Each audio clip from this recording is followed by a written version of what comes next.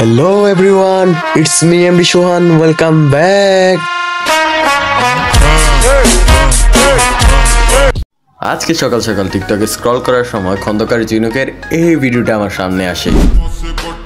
Public রে emotional কইরা নিতা ছিল এতদিন লাইক আর ভিউ কপি বিলাই আছেন মুখ না খুললে সে এতদিন পাবলিক রে সিম্পাতি মাইরা শুধু কাঁপাইতেই থাকতো ফর ইউ।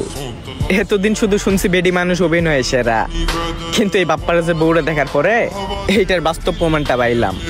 ঠিক আছে না? এই ভিডিও দেখার পর আমি রীতিমতো আকাশ থেকেই পড়ি।